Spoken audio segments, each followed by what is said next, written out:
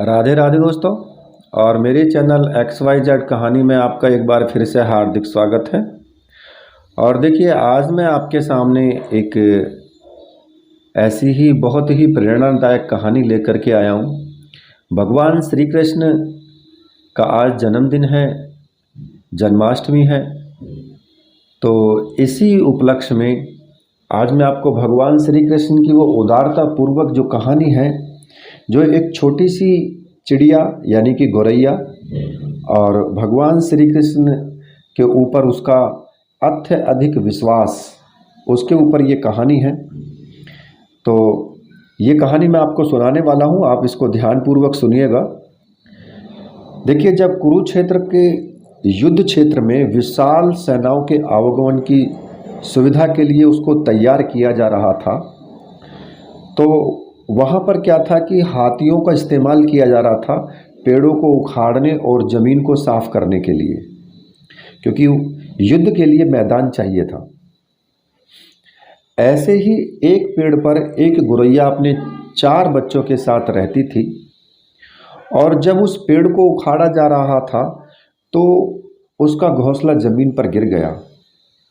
लेकिन चमत्कारिक रूप से उसकी जो संतानें थी वो अनहोनी से बच गई। वो गिरने के बावजूद भी वो मरी नहीं, लेकिन वो अभी बहुत छोटे थे, उसके जो बच्चे थे, और वो उड़ने में असमर्थ थे। कमज़ोर और भयभीत जो चिड़िया थी वो मदद के लिए इधर उधर देखती रही। तभी उसने श्री कृष्ण को अर्जुन के साथ वहाँ आते देखा। वे युद्ध के मैदान की जांच करने और युद्ध की शुरुआत से पहले जीतने की रणनीति तैयार करने के लिए वहां गए थे। उसने कृष्ण के रथ तक पहुंचने के लिए अपने छोटे पंख फड़फड़ाए और किसी प्रकार से वो श्री कृष्ण के पास पहुंची। तो चिड़िया कहने लगी, हे श्री कृष्ण, कृपया मेरे बच्चों को बचाएं, क्योंकि लड़ाई शुरू होने पर कल उन्हें कुचल दिया जाएगा। तब सर्वव्यापी भगवान बोले, मैं तुम्हारी बात सुन रहा हूँ, लेकिन मैं प्रकृति के कानून में हस्तक्षेप नहीं कर सकता। जब तब चिड़िया ने कहा कि हे भगवान, मैं जानती हूँ कि आप मेरे उदार करता हो। मैं अपने बच्चों के भाग्य को आपके हाथ में सौंपती हूँ। अब यह आपके ऊपर है कि आप उन्हें मारते हो या उन्हें बचाते हो। काल चक्र पर किसी का बस नहीं है। श्री कृष्ण ने एक साधारण व्यक्ति की तरह उससे बात की, और उसका आशय था कि वहाँ ऐसा कुछ भी नहीं था जिसके बारे में वो कुछ भी कर सकते थे।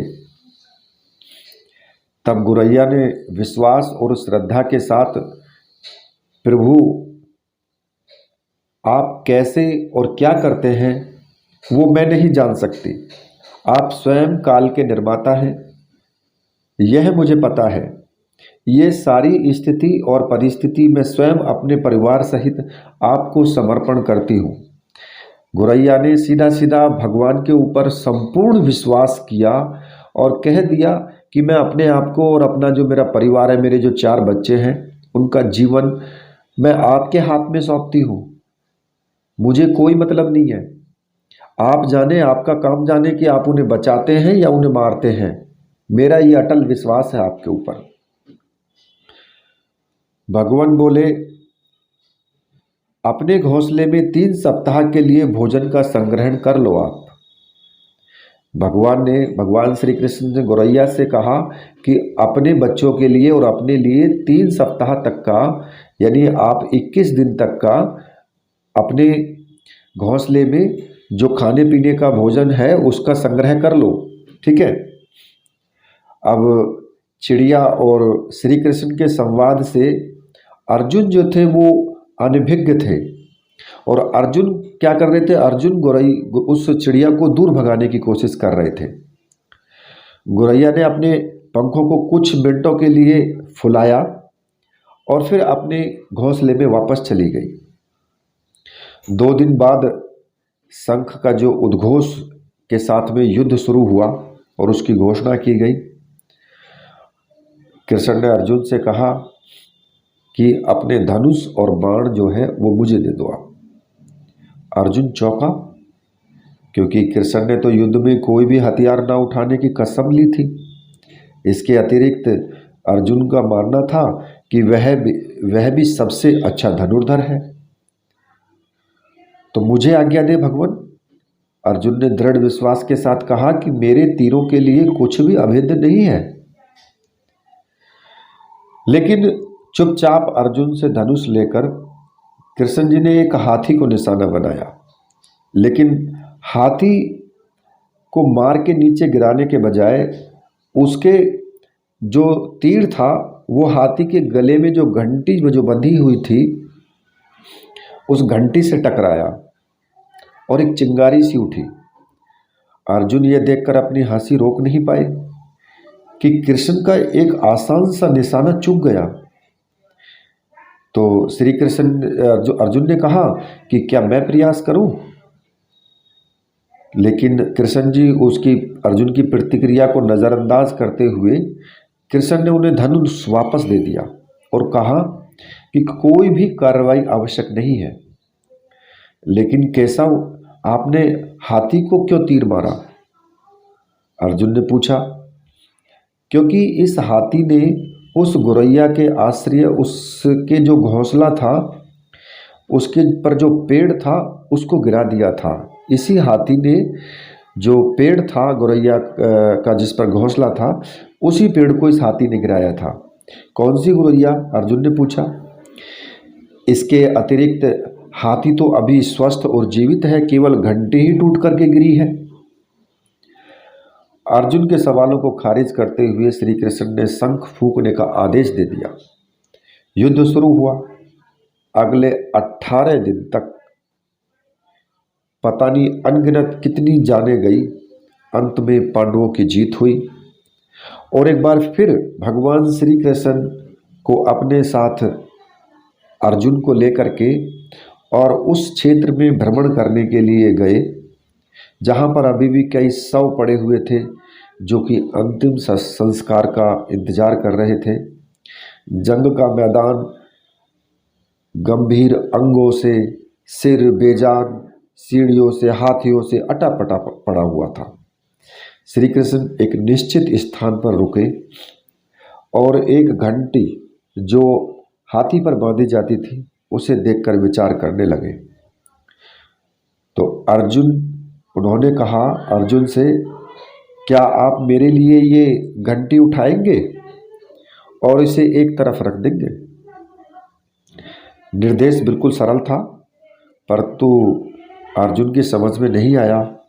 आखिरकार विशाल मैदान में जहां बहुत सी अन्य चीज़ों को साफ करने की जरूरत थी, कृष्ण जी उस घंटी के टुकड़े को रास्ते से हटाने के लिए क्यों कहेंगे? उसने प्रश्नवाचक दृष्टि की तरह से उनकी तरफ देखा।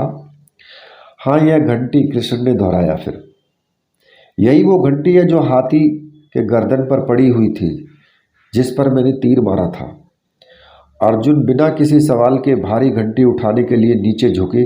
जैसे ही उन्होंने इसे उठाया उसकी हमेशा के लिए जैसे दुनिया ही बदल गई। 1 2 3 4 और 5 4 युवा पक्षियों और उसके बाद एक चिड़िया उस घंटी के नीचे से बाहर निकले। बाहर निकल के माँ और छोटे पक्षी कृष्ण के इर्द गिर्द मंडराने लगे और बड़े आनंद से उनकी परिक्रमा करने लगे। 18 दिन पहले काटी गई एक घंटी ने पूरे परिवार की रक्षा की।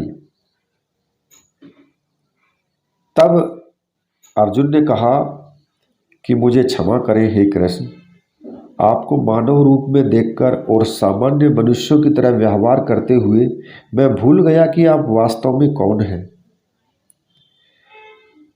देखिए, ये जो मार्मिक दृश्य था, मार्मिक कहानी है कि कहते हैं ना कि भगवान जिसको बचाए, किसके ऊपर करुणा करे, उसको जलते हुए कढ़ाव में से भी निकाल कर बाहर ले आए। उसी कुरुक्षेत्र के युद्ध में जहाँ कोई नहीं बचा, वहाँ 4 छोटे छोटे चिड़िया के बच्चे और चिड़िया वो सुरक्षित थे। ये सब प्रभु की लीला है, ये सब प्रभु की माया है। तो बोलिए श्री कृष्ण भगवान की जय। इसी के साथ राधे राधे। जिन भाइयों को कहानी पसंद आई है वो कहानी को लाइक करें, कहानी को शेयर करें और चैनल को सब्सक्राइब करें। राधे राधे।